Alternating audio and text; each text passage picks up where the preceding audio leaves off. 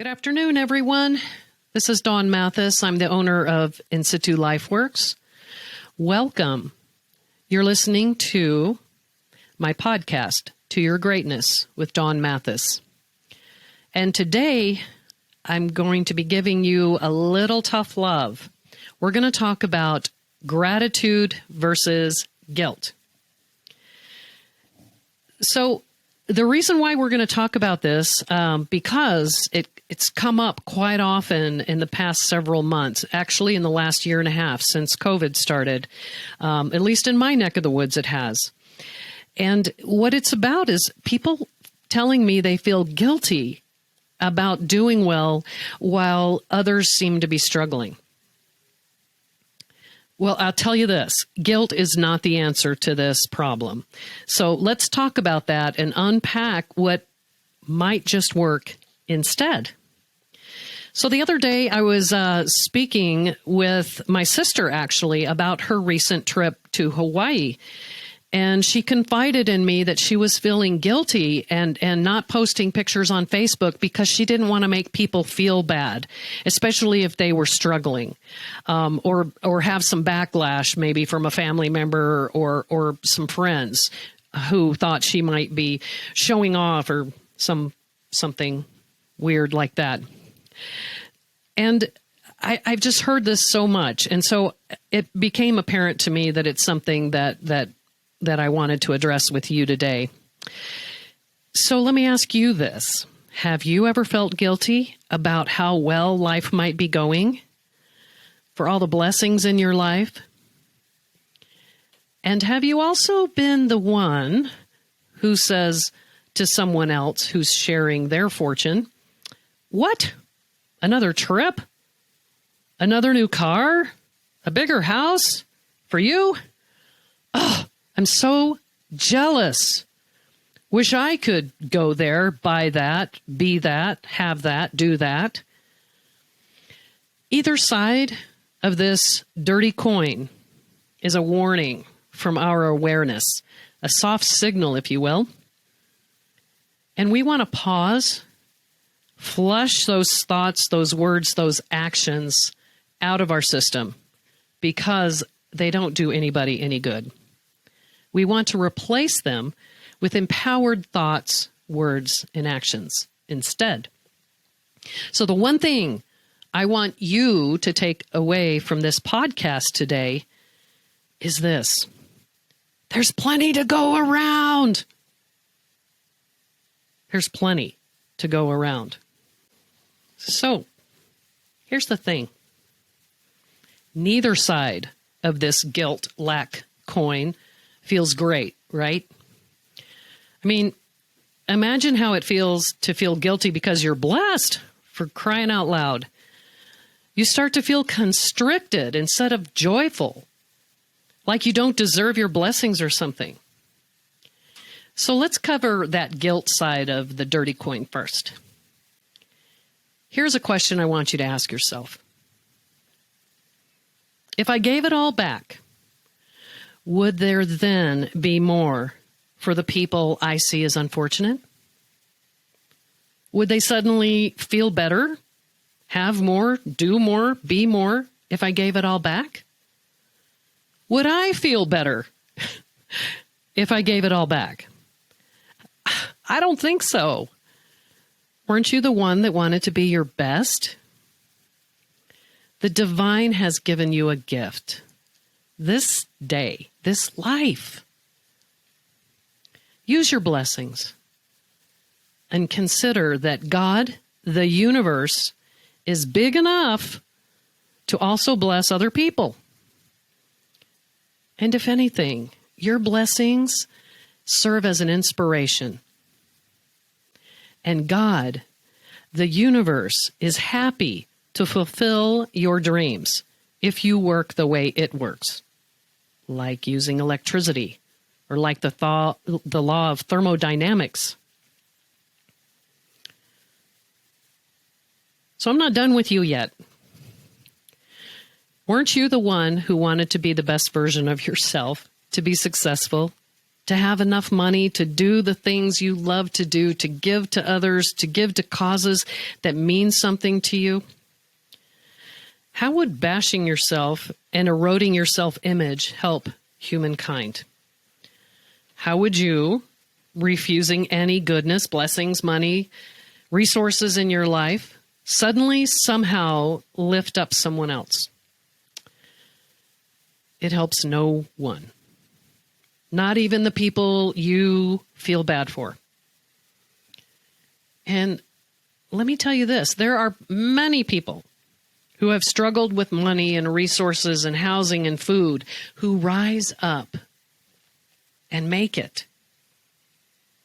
I know if you ask them, they would not tell you, well, the secret for my success is someone I don't even know gave up their goodness in their life and it came to me. I don't mean to sound heartless. What I'm trying to do here is hopefully reduce this to the ridiculous. And here's the thing about guilt. It can actually repel your good. It can repel the blessings in your life. I don't think that's what you want. Because you see, guilt is not on the vibrational frequency of love, of abundance, and not even gratitude. It's a very low vibration. So why would you want to be there? So I have a suggestion instead. Be grateful. Say thank you. One of Maya Angelou's favorite quotes is this: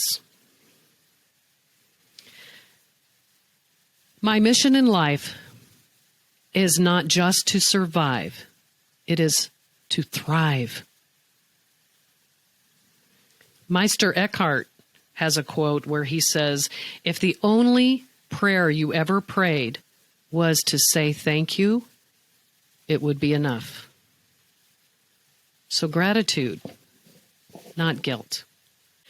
And here's another point to consider. You cannot be grateful and feel guilty about your blessings at the same time.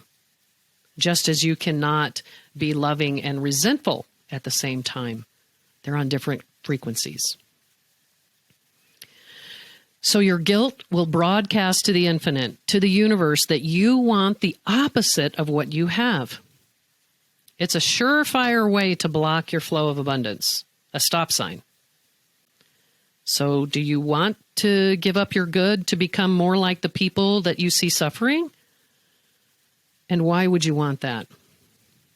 My mom used to say it this way: just because Johnny played in traffic doesn't mean you have to. Don't stop the blessings coming into your own life. Why not focus on ways to spread the wealth, to spread blessings all around for everyone? And here's the thing. Everyone has the power and potential within them to be, do, and have the life they would love. What's missing for so many is an awareness and a belief in this. Self-esteem. Faith. So, instead of feeling bad and guilty, would you be willing to encourage others, to believe in them, to give them a helping hand somehow, to tell them about the power they have inside them, to lift them up? Would you be willing to give your time, your talent, and your resources to causes that raise people up? You're thriving, right? So give some away. Give a hand up, not a handout. There are many ways that you can help. There are food pantries, clothing outlets, classes, training centers, resume writers, all sorts of things that benefit those in need. Consider hiring someone who's out of work. Be encouraging. Reach out to community projects in your neighborhood to give back. United Way, Salvation Army, Goodwill, volunteer centers. And I will say this. sometimes we are more impressed with the circumstances we see around ourselves and others than we are with the power breathing us. Bottom line. One of my favorite examples of someone who has risen up is Oprah Winfrey. Another is J.K. Rowling, the woman who wrote the Harry Potter series. I think if people just felt encouraged and learned more about that power inside themselves, we can change the world. We can't change it by feeling guilty. All right. I hope you don't feel beat up or anything. But I just wanted to share that with you because I think it needed to be said. So if the shoe fits. So there's a story that was told to me recently about a man, a very kind man, who was watching a caterpillar struggling to break free from its caterpillar existence, its cocoon, struggling to become a butterfly. And this is an evolutionary process for the caterpillar. This is the caterpillar's curriculum, if you will, to become the butterfly. It takes effort. And then on its own, the butterfly wins the battle of the cocoon and emerges strong and capable and able to thrive. Well, this man, not knowing all this, decided to help the butterfly in its process of evolution because he saw the struggle and he felt bad. So he gently used tweezers and tiny scissors to extricate the butterfly. He was successful, he thought, and then the butterfly died. The teaching point to this story is that it is the butterfly's job, the butterfly's curriculum, to emerge on its own efforts. Nature, God, has endowed the butterfly, as it has done with us, with certain abilities and strengths, to emerge into magnificence.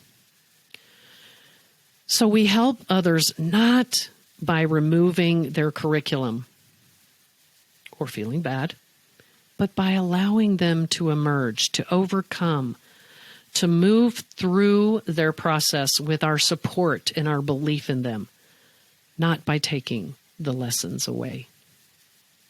Okay, now let's talk about the other side of the coin, where you might tell someone you're jealous of them for taking a trip, or you might ask them why they're buying a better car, a bigger house, etc., etc. And I want you to know I am in no way excluding myself from either group. I've been in both, just so you know. And now I have more awareness about this. And so I can pause and repattern my thinking and replace those dirty coin thoughts. So the author of The Secret, Rhonda Burns, also wrote a book called The Power. And in that book, she talks about celebrating the successes and blessings that other people are enjoying. I also teach this in my coaching curriculum. It's very important because here's the thing. The surest way to attract to yourself that which you'd love when you see someone else with it is to celebrate it in someone else. What you're doing is you're telling your subconscious mind, you're telling the universe you would love to have that too. And you can also punctuate it just for good measure if you want and say, that's for me. That's for me. Make it welcome. So, what's the single call to action? Well, first of all, I think you know, or you should by now, that guilt is not nearly as powerful as gratitude. So get your gratitude on. And you know what? Everyone loves a party. So when you see some good happening, Celebrate it. Say, "That's for me," and make it welcome. This is Dawn Mathis. This is To Your Greatness, and we'll see you next time.